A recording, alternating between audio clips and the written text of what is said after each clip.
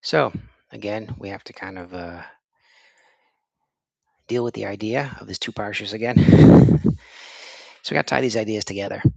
So, people still in Baloscha, good for you, favorite parsha. And here at Stroll, we're in Shalach. Is there a connection? Is there a theme? Perhaps. So, first, we have to understand. Let's talk about the Meraglim first. What was the sin? Well, if they were afraid, is that really a sin to be afraid of something? They saw giants. They saw these huge cities. We were like grasshoppers. We're small. So why, they're taking to task. I mean, is that what they saw? They actually did see that. But we understand, were they really afraid? Were they afraid of things? This is the generation that saw these great miracles. They literally saw that the Makos. They saw Kriyas Yamsuf. They saw Malik. Um, they saw these great miracles. So how are they afraid? They saw the mun, the clouds. They heard Hashem's voice. They were afraid of giants. Like, what does it even mean? And so that's where we are. What's the connection? Is there a connection? Is one theme that started with Baloscha and goes to Bishalach? And you can really do a lot of homework. We're not going to spend too much time, but Hashem wants to destroy the people, all of them, in Bishalach. In Baloscha, some people were killed. Baloscha, they were killed right away. In Bishalach, it took 40 years for them all to be killed out. Moshe davens for them in Bishalach. Moshe gets very angry and complains to Hashem and Baloscha. So a lot of different differences, but there's a one theme here. So we have to kind of look back a little bit of what Mefarshim talk about Baloscha.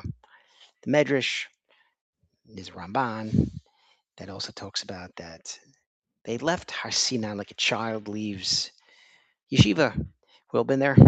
Last day of school, everyone's just running. You take your stuff. I think in high school we used to just rip the books and just throw it, throw the paper. Elementary school. Yeah, and that's what they were doing.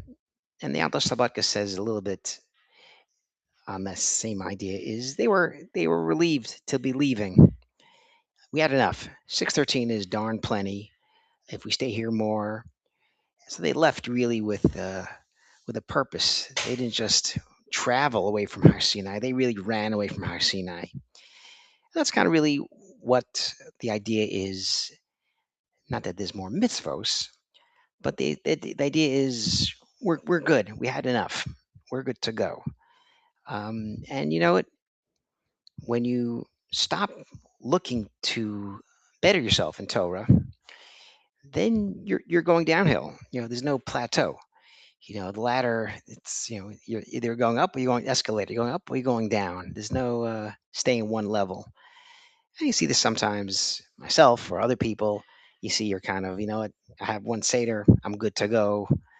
Um, and that's not really what we're trying to do. We really have to always try to kind of better ourselves. Is there another thing to learn, another thing to get better at, other avenues to serve Hashem better?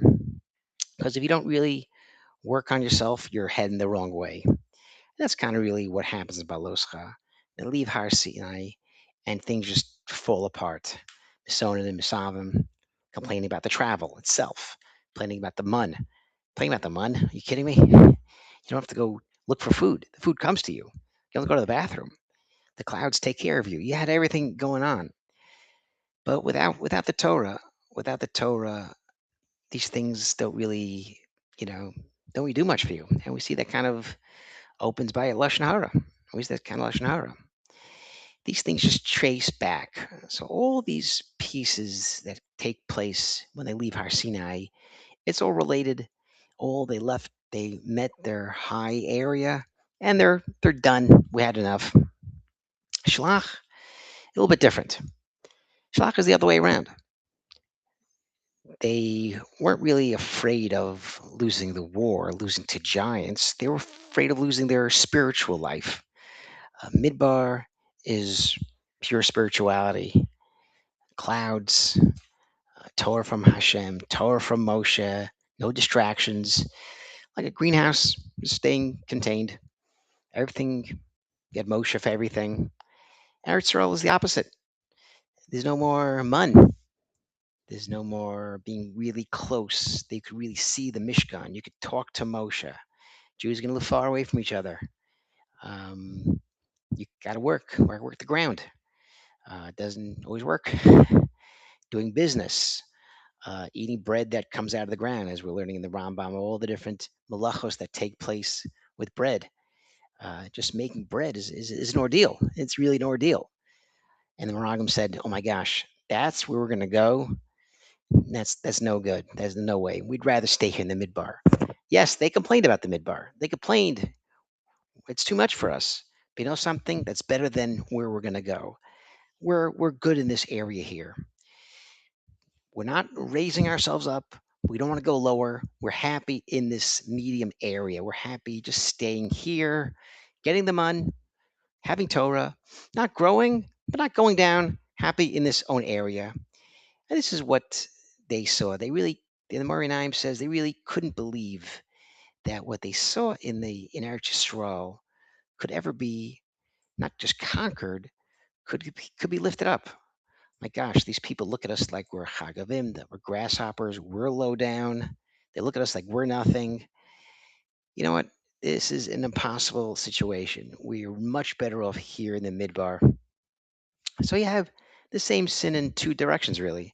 Baloscha, they didn't want to go higher, and Shelach, they were afraid to go lower. One group doesn't want to go up, one group doesn't want to go down, but it's really the same sin, the same idea. Um, The idea is sometimes we're happy in our place and we think, we got the world by the tail. But that's not really where maybe that's where we want to go. You need a Rav, you need a Chavrus, you need a friend to kind of, shake you a little bit sometimes. Something, let's learn together. Let's learn a different Seder. Let's learn different Sefer. Let's just grow some. Let's do something different. And this is kind of really what the two pasha, the connection is. Being happy in your own Dalit Amos is not always the best thing to do. Best way to go, the best way to approach life. The lighting of the candles, Baloscha, really kind of ties us together because we're not just lighting the candles, Baloscha, you, you should raise up. You're the one that should rise up. We're not just raising up the candles. You raise yourself up. You get to Eretz Yisrael. I know people don't want to kind of challenge themselves. You don't want to get to the land and work on the land and learn Torah. That sounds impossible. But, you know, sometimes your uncomfortable areas is where you grow. That you didn't get a promotion or you got laid off. It forces you to kind of look for a better job, or you're not happy at work, learn something new. You're not happy with the current spiritual situation, learn a new safer. That's kind of where we are. Being in the comfort level is okay, but going to the place that you're not really comfortable, that's where you kind of grow, and that's kind of really what we're trying to do. And that's the point. Don't look at yourself as a grasshopper, that you're low. Don't look at yourself that you can never change, that you're stuck in your habits, in your own Dalit Amos. We're Jewish people. We have the neshama from above. We can always go higher and higher. And with that, Shabbat Shalom.